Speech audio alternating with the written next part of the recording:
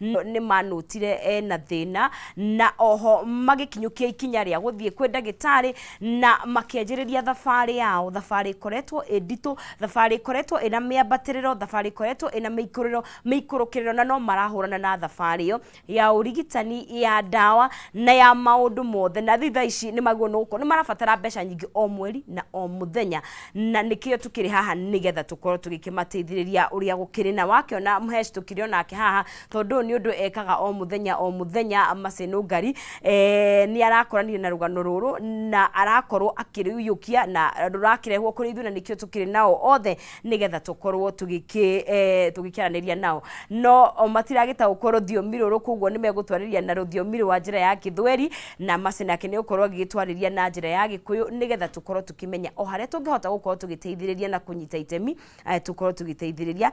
Kwa hivi sasa naomba nizungumze na lugha ya Kiswahili ndio tuweze kuwasiliana. Habari zenu? Salama sana. Salama. Karibuni sana.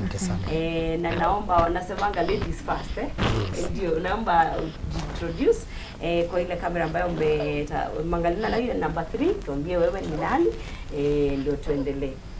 Kwa majina naitwa Janet Atieno na niko na mtoto wangu hapa naitwa Sylvia Colette na yeye ndio mgonjwa. Sylvia ni ule na huyu ni Chris Pasel. Ni second one. Yes. Ule ndio wa kwanza. Ndiyo. Okay. Karibu sana. Asante. Poleni sana, najua tutapata solution Asante. Walter, habari yako? Sawa sana. Yes, karibu sana. Asante. Naomba pia usalimie mtazamaji, ujitambulishe ndio tuendelee.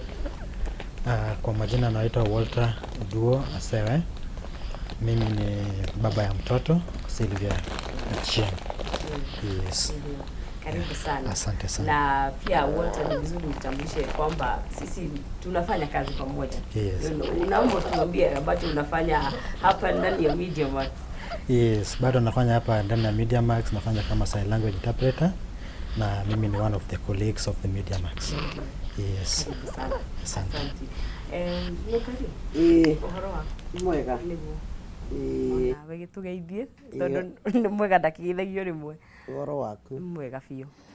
Ndakugeithia mwiroreri witu hari uratwirorera uri Kenya na nja ya Kenya. Karibuni sana na tumucokerie ngatho ni undu wa uria mutwirораgira na ona mutu supportaga. Ngai amurathime. Niguo.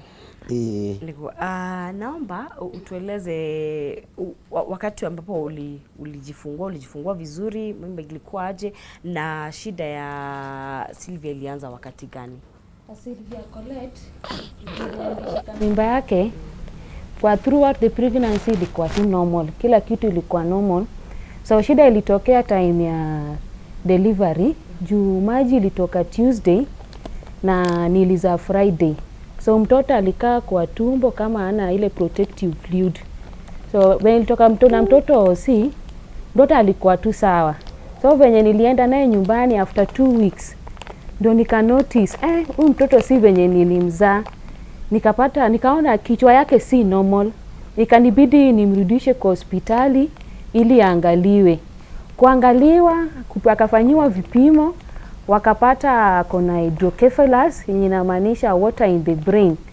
So when alipatikana na hydrocephalus, mimi sikuwa najua hiyo condition. Nikauliza daktari, condition ni gani? Is it treatable? Wakaniambia hii condition haiwezi tibiwa, ni kumanejiwa tu. So she was to undergo surgery yenye alikuwa anafaa kuwekewa shunt. So tulienda Kijabe akaekewa shunt ya kudrainio maji yenye kukua kichwa. Hiyo na after 6 weeks. Kijabe ndio ulikuwa ulijifungulia Kijabe bro? Nilijifungulia Ushago huko Siaya County. Okay, kwa hivyo huko ndio ulikuwa. Huko ndio nilijifungulia. So daktari akakwambia kwamba kichwa iko na maji.